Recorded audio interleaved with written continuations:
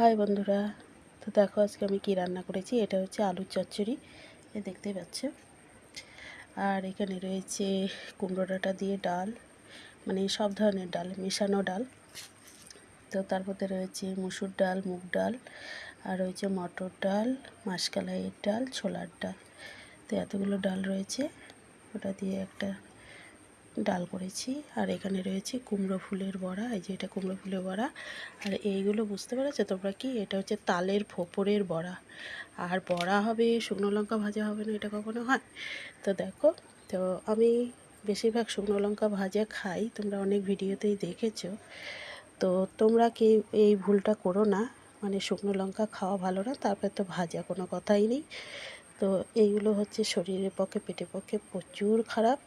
তো তোমরা কেউ খাবে না, ঠিক আছে? আর আমার কোনো ব্যাপার নেই, আমার মানে মরলেই কি বাঁচলেই কি কোনো ব্যাপার নেই।